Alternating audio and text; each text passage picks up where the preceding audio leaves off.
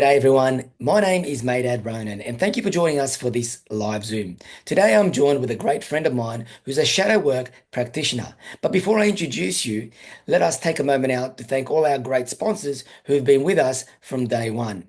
Firstly, I want to thank Neil and Jazz from Nimbus Health and Wellness Studios up at Bondi. Well, they run an amazing program, an amazing business that provides ice baths, infrared saunas, massage, and so many other health and wellness treatments. If you are in Bondi and you wish to check them out, I'm sure they won't disappoint you. I also want to take a moment out to thank everybody up South Cafe, which have been with us since day one and produce all our healthy, nutritious meals from our acai bowls, detoxing smoothies, healthy rubs, and so much more. Thank you for your support.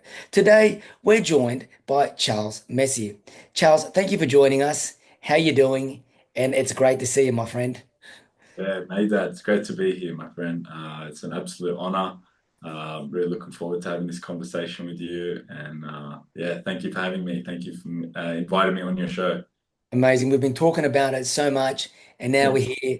And I know Um, you've been doing so many things. You've got so much stuff planned throughout the year, like you always do with your shadow work and your retreats and other programs that you run. But Charles, perhaps you could share a little bit about your journey before you got involved with the work that you do, like growing up, where you grew up, some of the events that you went through, and whatever you feel comfortable sharing. yeah, no, awesome.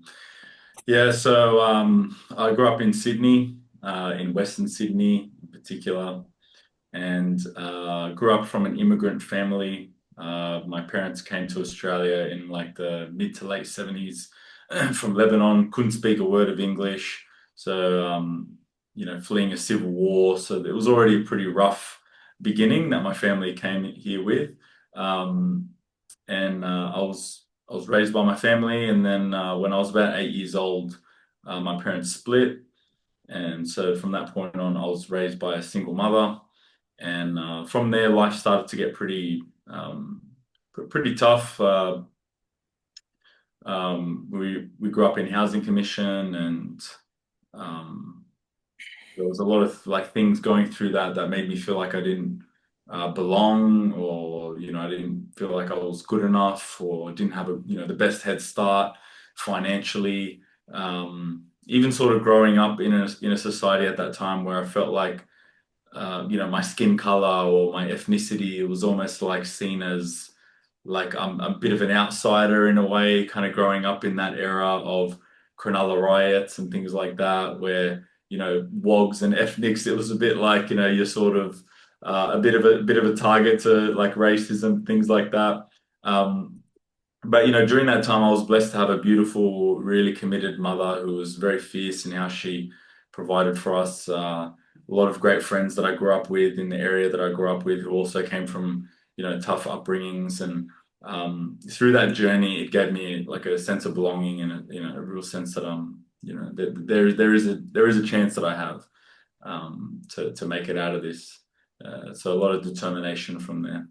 A lot of my journey began in my teenage years, where one of the first sort of um, moments where I actually got caught up in a street fight. And I know, Dad, you're an amazing boxing coach. You were my boxing coach for the last couple of years, going training at your gym, and it's been absolutely incredible. But that's actually where my boxing journey began, where just got caught up in a few street fights where I grew up. And there was one incident in particular where me and a friend of mine, we actually got jumped by a group of guys, and I would have been like 15 at the time, but I got concussed and stomped on the head on the ground, and it was a pretty traumatic experience. And I remember thinking after that, like, shit, I'm the man of the house with my three sisters and my mom. Our house had already been robbed before, like a few years before, and it kind of made me feel like quite insecure in a way, where it's like, oh, I don't know if I'm going to be able to like protect my family. And I know, mate, that we come from, similar cultures where it's like, yeah, the man is like, there's like this sort of, these roles that we have, as men, to be protectors. And that was very much the sort of role that I adopted at a very young age, a role that I wasn't initiated into and didn't have the experience. So it just made me feel really insecure, like as a young boy kind of going through that. And then as a teenager. So then I felt like I kind of had to do something to develop myself. And then boxing actually became something that really helped me. And I had anger management at school, and my anger would lash out a lot at other people. And one of the school counselors, I had a session with him, and it was actually my first experience at any kind of like therapy in my life. And after a few questions, I was bawling my eyes out talking about things going on at home, and he actually recommended for me to do boxing as well. So my mum was very supportive of that, and I just started going and just smashing a bag and not really knowing what I was doing, but it was just like a way to kind of release energy and emotion. And from there, I started like developing myself. I noticed that, I was committed to something. I had like a routine and structure, and I was around like other men at the gym and, sort of kind of connecting with people. And through that, I noticed I started getting off the street, where the street was like a environment where it's only a matter of time where you go from a cigarette to this drug to that drug, and then you're kind of meeting people that are sort of gone on that journey in life that didn't really feel like that was me at all. So yeah, boxing was actually a really pivotal part in my journey, man, which is why I've been very grateful to connecting with you, because I feel like you've also had a very deep experience with boxing that has had an impact on me as well, man, being coached by you.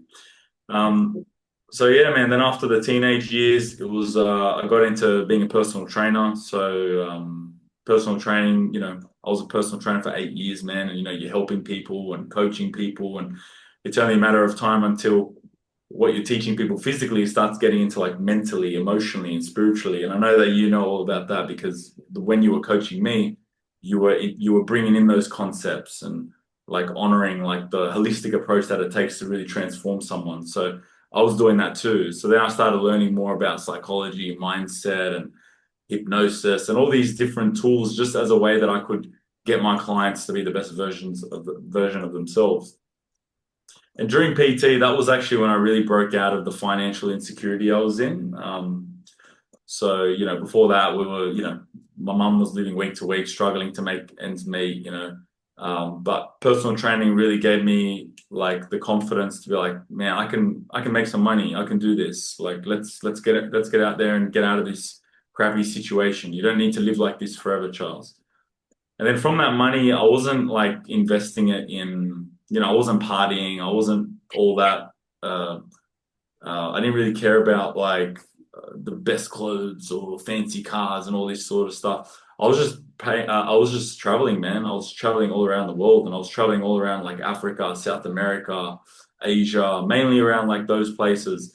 And through my exploration in these places, I was connecting with a lot of, really humble people that didn't really have much, living in villages and tribes and going in nature. And it really kind of opened me up to, connecting with myself on a deeper level, that I feel like I wasn't in like, the rat race of Sydney. And um, so, man, that really helped me open up my mind a lot, because before that was, pretty closed-minded, growing up in Western Sydney, there's this sort of level of programming that you have, no matter where you come from, that you sort of need to break out of. And that really helps me break out of that and sort of go, whoa, man, there's so much more in this world. And then from there, man, I eventually started getting deeper into my own spiritual journey and trying like lots of different types of, therapies and healing modalities and spiritual practices, in order to just like help me explore why I was still doing the things that I was doing in my life that were like disempowering me. It could have been like addictions or disempowering behaviors or struggles I was having in my relationships. So then I decided to, yeah, just leave my PT business and then get into this sort of work.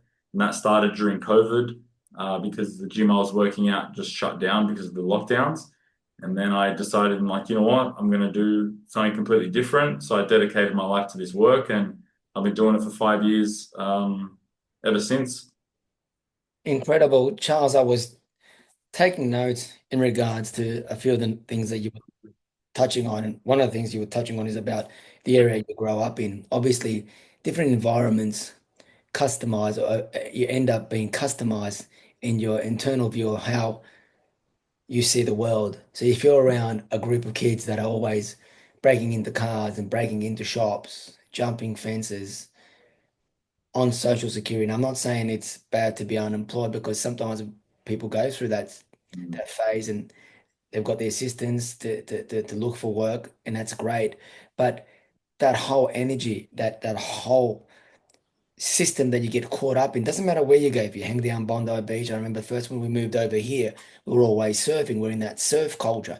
And then later on, we got involved with another group and I was just breakdancing and I was into graffiti and I was DJing and rap and all that sort of stuff. And every culture, every little hub customizes you mm, to the way you see the world and your own internal view of the world.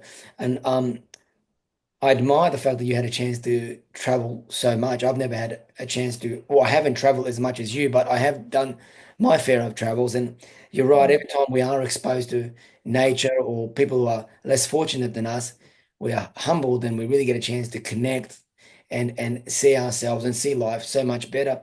But Charles, can you tell us a little bit about when you got involved with the work that you do?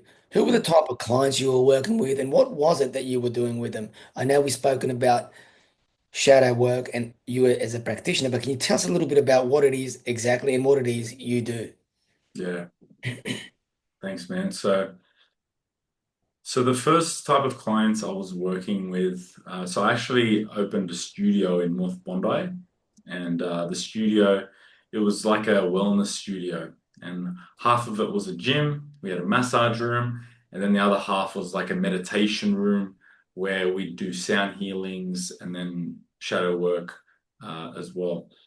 Um, so the sort of clients I first started seeing, it was related to like anxiety, panic attacks, sleeping issues, addictions, eating disorders, just generally people feeling like they didn't really know who they were, feeling really uncertain about the future, stressed out about life, people with relationship issues as well, communication issues, not really able to resolve things that disputes or issues that they were having with their partners, alcohol. So these were like the first wave of clients that I got that I was working with in Bondi face to face in the studio, and yeah, it really helped me develop my skills as as a practitioner working with these people early on, and just also made me realize how even though all these different people were struggling with different things, it all often rooted back to the same source. It's incredible whether it is a childhood need that wasn't met or whether it was whatever the situation was. It's incredible how when we go back, we realize where it all came from. And Yeah, it's usually earlier in life our development period as we're growing up and still correct. vulnerable to be customized because we're so influenced and so vulnerable in developing these behaviors and becoming so customized. Charles, I know you do some amazing work with all your retreats and that, and we'll talk about that in a second, but what is it that you really love about the work that you do? Mm. Because I know you're very passionate and you give a lot of yourself. You're always out there. You're always motivating people, and it's great to watch. It's great to see your feeds on Instagram. Um, some of them are really funny, and we'll talk a little bit about that too. But Yeah. what is it that you do with your participant clients? Yeah, so I mean, what I love about what I do, there's like a moment I get to share with my clients in a session or a workshop or at a retreat where I mean, don't get me wrong, there are moments in the session that are very heavy and deep, you know, because we're touching on some very vulnerable aspects of their past and their story. They'd be sharing things with me that they've never told anyone before, or it would be the first time that they're even coming to realize it because we're helping them open up. Because the thing with the shadow, it's the parts of us that we're not consciously aware of. You know, our ego and our persona is our ego is like is how we identify ourselves, the sort of internal chatter that we have, parts of us that we're a lot more consciously aware of, the feelings, thoughts, the desires, and motivations that we associate ourselves with. And that creates a persona that then we wear into the world. You could have a persona that you wear when you're at work, one when you're with your in-laws, family, and it can be both very different, or the one that you walk around with on the street. But the shadow is like the parts of us that we're not consciously aware of. So within here resides all those memories, traumas, parts of us that have been suppressed, locked away, or just forgotten about because life goes on and we connecting the dots between why I'm acting the way I am now as an adult to something that happened to me when I was 5 is just, it's not even comprehensible. But it's only until we're actually struggling with these things as an adult that we're like, well, wait a minute, why do I shut down every time my partner wants to have a conversation about how they feel? Why do I get so defensive whenever someone, whenever someone doesn't hear me and I don't feel heard? Why do I get so angry about that? Why do I say yes to everyone all the time? I can't say no. Why am I doing this? And then we start kind of going deeper into the shadow to then unlock the reason why you say yes to everyone all the time is because when you were younger, you weren't taught how to develop your own sense of self-autonomy. You weren't given permission to say no. You had to say yes and be a good boy and be a good girl. So you developed the good girl, good boy archetype programming. Sort of like people pleasing. People pleasing, exactly. And that becomes like the paradigm that you view reality, and then that affects how you perceive things around you. Okay. So it's like what I love about this work is I get to share those aha moments with people. And there's something so precious about that because I know how precious those moments were for me when I had them myself, when I realized, whoa, and I had that big, mind-blowing type of experience. And for me, just being able to witness that, there's something beautiful in that I get to share with that person. So for me, it's very fulfilling. It's fulfilling work that I get to do. The next thing as well is also watching people from that point of awareness, that mind-blowing, moment, how their life changes from there, and just hearing about it and watching it unfold. There's something really special about that. So yeah, that's also what I love about my work. And there's a community component. So doing the live shows, workshops, the retreats, people come together, then you're seeing them connecting with each other. And it's like something so mind-blowing about this all happened because I had my own aha moments. And that made me want to help other people get aha moments. And now people are sharing their aha moments with each other that wouldn't be happening if it wasn't for me having my own initial aha moment. So it's like there's like a beautiful echo and a ripple effect that from one person transforming their lives, it can have a beautiful positive impact on others. And I know that the seeds that I'm planting in everyone's minds, they're planting in other people's minds. And that's how we can just make the world a better place. And I think shadow work as a tool to do that is a very effective tool to do that because it helps people just check in with themselves first, look within and help them work on their inner world, so then the outer world can be better. It's a beautiful way of putting it, Charles. I want to touch on something you said there about people working on their inner world so their outer world is so much better, leading healthier, more positive lifestyles. I think and I think people like you and I have been blessed to have experienced uh, some of these experiences earlier in life because it's led us to do what we're doing now. And in doing so, it's allowed us to view things a little differently. And from where I'm sitting, I commonly see this that people are they're unconsciously unaware, Yeah. or they're unaware, or they're consciously, sorry, aware. So people are unconsciously unaware, or they're consciously aware. Yeah. But it's really interesting. They're aware of there's something going on, but they don't know what to do about it. They don't know how to approach it. They don't know how to handle it. Yeah. And they just go around in a cycle. It's almost like Groundhog Day. Yeah, totally get it. You know, if something happens and they react to it in a certain way, they assign a state to it. When they assign a state to it, they assign a meaning to that. Oh, this makes me feel good. This makes me feel bad. This hurt.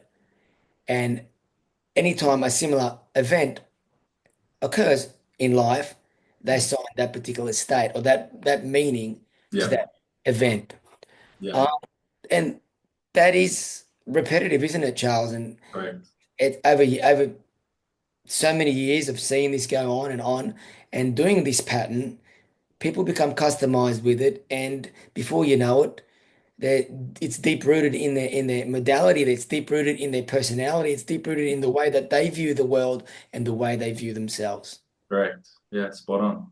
And a lot of people, because a lot of people think that once you're consciously aware of this loop that you're in, that's enough for it to change.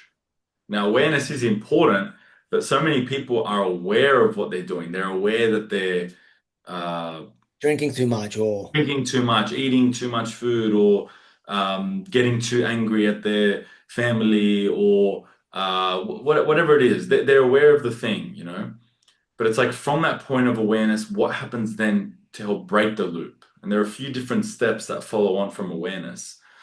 Commonly, what happens when people are aware of their pattern, their struggle, is they become really critical of themselves to try and get it to stop. It's like a voice of judgment continues judging yourself for performing the behavior. Oh, you're eating too much food. You're a fat piece of shit. Oh, you're getting angry again. You're a bad person. Oh, you're whatever it is. You're drinking too much alcohol. Ah, you're just becoming just like your dad. Ah, and then that builds a lot of shame that we carry. Now, the thing with that, that actually feeds the same cycle because what people don't realize is a lot of the reason why they're performing these sort of behaviors is because it's coming from a place of them not feeling good enough. They're drinking too much alcohol because they don't feel good enough. They're getting angry at others, projecting their emotion onto others because they don't feel good enough, because they don't feel heard. Because they feel small. They need to get angry to be larger. You know, they're eating too much food to try and fill themselves to feel whole because they don't feel good enough. But then when we judge ourselves for that, we feel shame. It makes us feel more like we're not good enough. So therefore, it makes us unconsciously want to perform that behavior again to try and feel better about ourselves. And that's how the loop feeds itself. This is called the shame loop. So what's really important for people from that point of awareness is that could just be like a surface level of awareness. But what we need to do is get a deeper level of awareness. And the deeper level of awareness is when it'll take you to helping you understand where the origins and the root of your alcohol addiction comes from, where the anger comes from, where the food overconsumption comes from. And this could take you into some really deep-rooted beliefs where the alcohol could be, oh, because I saw my dad doing it when I was young. And when you're a young kid, you just, oh, I just want to be like my dad. So then there's a part of you honoring your father's legacy by drinking alcohol unconsciously. Even though as an adult you're like, it's bad, your body and majority of your subconscious still thinks it's good. Be like dad. Or the anger could be suppressed anger because when you were young, you got bullied or something like that, and you had to hold it in and you could never fight back. And now, anytime someone says anything to you, it's just like all this anger comes out because it's still the anger trying to come out from when you were young, you know, at school or something like that. So when you get to the origins of where it comes from, that's when you can work on healing it at its roots.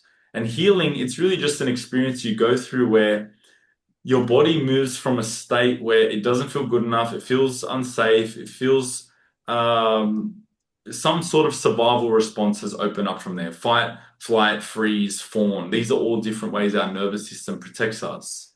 And once that opens up, it can stay open in loops for decades until we reach it and then teach it how to feel safe again.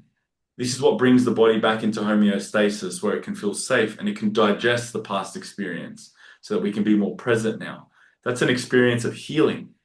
So people really need to get in touch with their bodies once they get that deeper level of awareness and teach it how to feel safe, calm, more present. From there, then you've got integration. It's like, how do you integrate your healing experience in your life?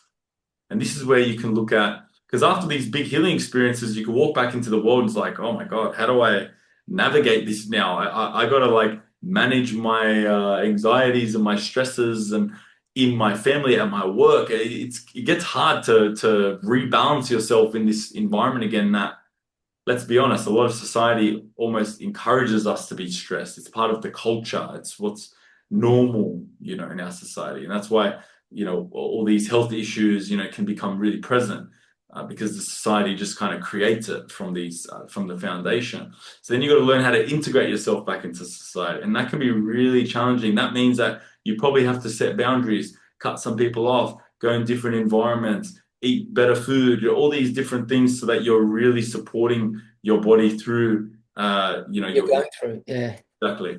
So there's a lot of steps that are involved, and I know, Maydad, you're involved in, a lot of those steps with your coaching. You're going to help people get the awareness.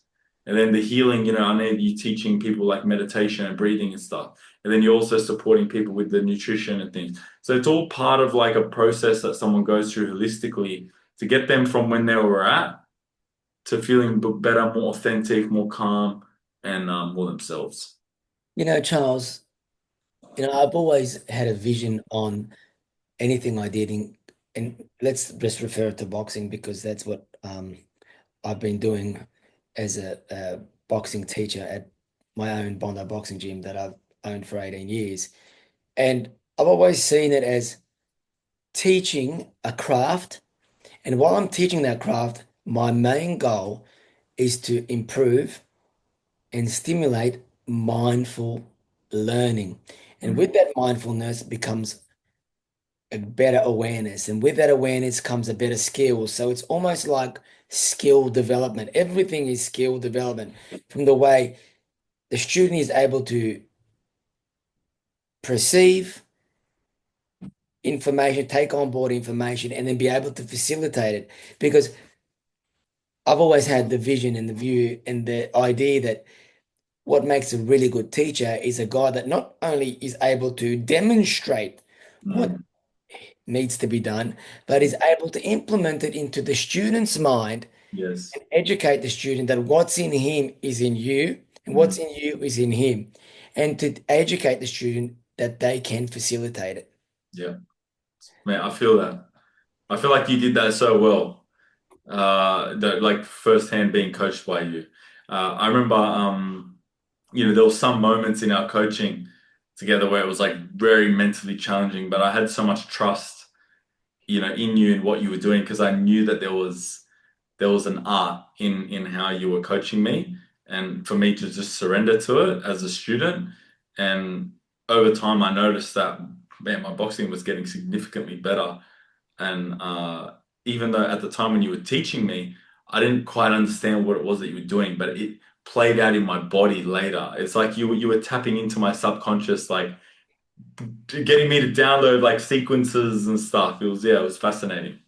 It's almost teaching somebody learning to walk before they can run, and it really does um, project itself, and you could see it, that it's in the work that you do, in the way that you move from one week to another week. But Charles, I know you've got a lot of great events coming up this year. Can you share a little bit about some of the events you got mapped out for the year, the retreats, and the places that you'll be visiting to run these retreats? Yeah. So my next event is going to be Saturday, August 30th, and that's going to be at Praharan in Melbourne. So this is going to be my first show in Melbourne. It's a day workshop called Shadow Alchemy, where I guide people through a full process of shadow work that day. And then after that, September 12th to the 14th, I'll be in the Hunter Valley doing the Tribo Retreat. This is a 3-day event where we guide people through a much deeper, spread out shadow work process, and we accompany it with sound healing, nature walks, ecstatic dance parties, yoga, and with really nourishing food out there in nature. And it's a really beautiful, wholesome event. So that's coming up in September. And then I'm going to be in October in the Gold Coast, co-facilitating a men's weekend retreat. This is just for men to support them with masculinity development, supporting mentors step into their power. So yeah, there's a great community up there, and it's called 𝙇𝙤𝙬𝙗, the Gathering of Men. It's run by a guy called Jacob, and I'm going to be there like supporting the co-facilitation of that. So that's what I'm going to be doing for the rest of this year in Australia. And then after that, my plan is I'll be doing a lot of traveling around the world. And next year, I'm going to be doing a European tour. So I'm going to be going to places like the Netherlands, Germany, England, Austria, and many other places. It's still not confirmed where exactly yet, but those are the ones that I know I'll definitely be going to do my day workshops there and travel around and just enjoy life and get back into that nomad travel mode that I was in so much in my 20s that, after COVID kind of stopped, and I really just focused on building up this business just to get it to a point where I can travel and do what I want to do. And then, yeah, from there, just go and see more of the world, meet more people, just learn more, share more of my story, because it's still going, there's still a lot more that I know I have to learn and develop into and share. That's incredible, Charles. Sounds so exciting. And as anybody would say, there's nothing like traveling, the learning, the education, the evolving that you develop as a human being. I know with the little traveling that I've done for the few countries that I've been to, Fiji, America, the Middle East, Australia, New Zealand, not many, but just being to those places allowed me to experience some pretty incredible experiences and, be enlightened by so many people and grow from it and evolve into the person that I've become. But Charles, I know there's a lot of people watching this back that are going to want to know a lot about what you do, how to get in contact with you, where to call, where to look you up. Can you share with our audience before we call it a night what your address is, how to contact you on Instagram or Facebook, LinkedIn, or any other social media, or even call you up? Can you share with us? Yeah, yeah, awesome. First of all, I just want to say thank you to everyone who's listened and tuned in. And so if you're interested in learning more about shadow work and experiencing it yourself, or just connecting with more of my social media content, you can connect with me on social media on Instagram, YouTube, and Facebook. And for you to just type in my name, Charles Myssy, that's Myssy for my last name. If you go on my Instagram, you can also see that in my bio, there's a lot of options there where you can book in a call with me. You can learn more about my retreats. You can learn more about what shows I have coming up too. And if you have any questions and you would like to send an email, just send an email to info@tribr, tribr.com.au, info@tribr.com.au, where you can ask any inquiries about our services with me and my team. Amazing. There you go, everyone. Charles Myssy sharing his journey and a little bit about some of the great work that he does, his travels, and upcoming events. We're so looking forward to catching up with you, Charles, again. Perhaps we can do another Zoom session later on in the year. Maybe we can catch up and touch base about all the great things that you've done.